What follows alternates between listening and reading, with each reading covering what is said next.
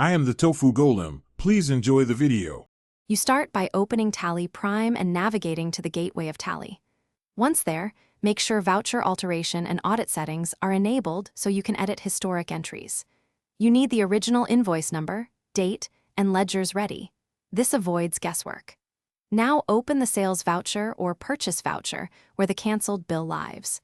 You will create a reversing entry rather than editing the original to maintain audit trail. This keeps books transparent and correct for tax and reporting. Once opened, choose credit note for sales cancellations or debit note for purchase cancellations.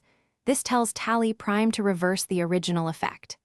Enter the original invoice reference in the voucher reference field and input negative or opposite amounts matching the canceled bill so balances net to zero. Make sure to select the same ledgers, tax classifications, and cost centers as the original. Mismatches will distort reports. Use a clear narration stating why the bill is canceled to help future reconciliations and audits. You accept the reversing voucher to post it.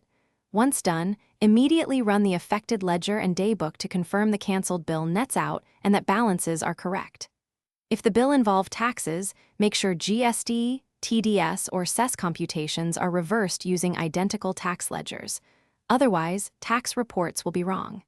If totals still differ, check voucher dates, rounding settings, and linked stock items. One key troubleshooting tip: if tax values mismatch, verify tax applicability at item level and recreate the reverse. Thanks for watching. Consider subscribing if we helped you today.